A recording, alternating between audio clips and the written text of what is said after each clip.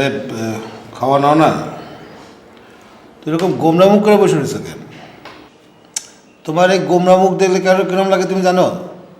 একেবারে কুৎসিত লাগে, একদম বাজে লাগে। আরে বাবা একটু হাসো না। আচ্ছা, আল্লাহ কি তোমার মাথায় কোনো বুদ্ধি দেয় নাই? আল্লাহ আবার কি করলো? একটা ডাঙ্গর লোক রাখছো পাহারা দেওয়ার জন্য।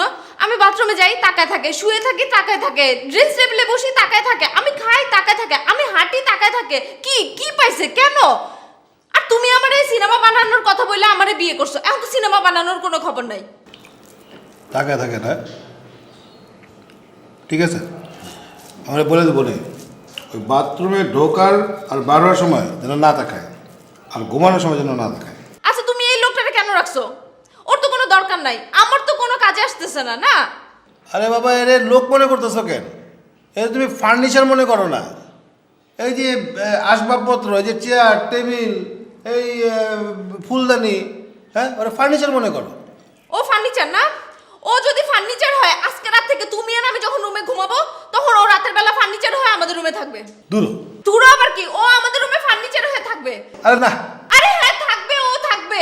আরে ও ড্রয়িং রুমের ফার্নিচার, বেডরুমে না। না, ও ড্রয়িং রুমের ফার্নিচার না, ও বেডরুমের ফার্নিচার। আজকে রাত থেকে ও বেডরুমে থাকবে, তোমার আর আমার সাথে। ও যদি ফার্নিচার হয়ে রাতের বেলা না থাকে, আমি তোমার সাথে ঘুমাবো না। আরে বাবা, কেন যেতে জিদি করতেছো? আচ্ছা, তুমি আমার একটা কথার উত্তর দিবা? তুমি ওরে রাখছো কেন? তুমি কি আমার সন্দেহ করো? আরে বাদ দাও না এইসব প্রসঙ্গ। বাদ দেবো কেন? উত্তর দাও।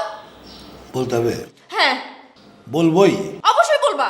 কি সত্যিটা বলবো না মিথ্যাটা বলবো? অবশ্যই তুমি সত্যিটা বলবা। সত্যিটা? হ্যাঁ। আচ্ছা, যে ভদ্রমহিলা অধিক টাকার লোভে নিজের স্বামীর রেসাইরা আমারে বিয়ে করতে পারে, সে যে আরও অধিক টাকার লোভে আমার রেসাইরা আরেক ব্যাটারে বিয়ে করবে না, সেটার কোনো গ্যারান্টি আছে? সেটার কোনো গ্যারান্টি নেই। মানুষের মন তো, এই মানুষের মনের কোনো গ্যারান্টি দেওয়া যায় না। তাই এটারে পাহারা রাখতে হয়, তালা মারা রাখতে হয়, আর না তো এটা উইরা দিতে পারে যে কোনো সময়।